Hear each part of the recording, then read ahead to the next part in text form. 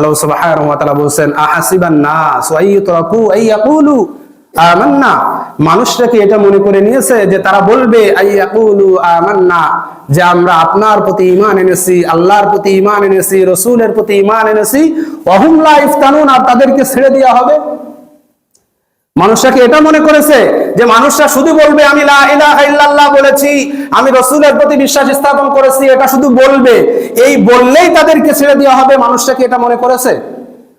আল্লাহ সুবহানাহু ওয়া তাআলা বলেন ওয়ালাকাদ ফাতান্নাল্লাযীনা মিন ক্বাবলিহিম, আমি এর পূর্ববর্তী যারাই এই লা ইলাহা ইল্লাল্লাহ বলেছিল, যারাই রাসূলদেরকে স্বীকার করে নিয়েছিল, যারা আল্লাহর দাসত্ব গোলামি স্বীকার করে নিয়েছিল, ফাতান্নাল্লাযীনা মিন ক্বাবলিহিম, আমি তাদেরকে পরীক্ষা করেছিলাম। আমি তাদেরকে কি করেছিলাম? পরীক্ষা করেছিলাম। আল্লাহ সুবহানাহু ওয়া তাআলা পরীক্ষা করে দেখবেন যে আপনি এই লা ইলাহা ইল্লাল্লাহর দাবিতে সত্যবাদী না মিথ্যাবাদী।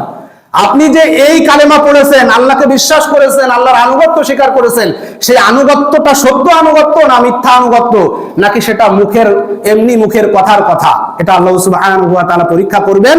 তারপর আল্লাহ সুবহানাহু ওয়া তাআলা বলেন ওয়ালিয়া আলামাল্লাহুল্লাযীনা সাদাকু ওয়ালিয়া আলামান্নাল কাযিবিন, এই পরীক্ষা করে আমি জেনে নেব যে এই কালেমার দাবিতে, ঈমানের দাবিতে কারা সত্যবাদী, ওয়ালিয়া'লামান্নাল কাযিবিন, এবং কারা এই ঈমান এই কালেমার দাবিতে কারা মিথ্যাবাদী, এটা আল্লাহ সুবহানাহু ওয়া তাআলা যাচাই করে নেবেন। ভাইরা আমার, আপনি শুধু কালেমা পড়ছেন, এই কালেমার কোনো সত্যতা আপনার ভিতরে নেই, এই কালেমা গ্রহণ করার পরে কোনো ঈমান আমল আল্লাহ সুবহানাহু ওয়া তাআলার দাসত্ব কিছুই দেখা যায় না।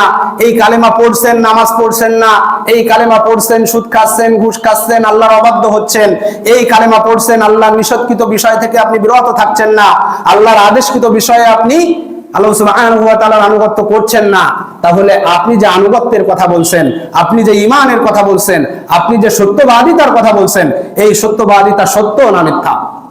মিথ্যা। কারণ আপনার কথা এবং কাজে কোনো মিল নেই। আর কালেমার ৫ম নম্বর শর্ত হচ্ছে এই কালেমার দাবিতে সত্যবাদী হওয়া। এই কালেমার দাবিতে কি হওয়া বলেন তো ভাইরা? সত্যবাদী হওয়া। সত্যবাদী কালেমাওয়ালা লোক হতে হবে।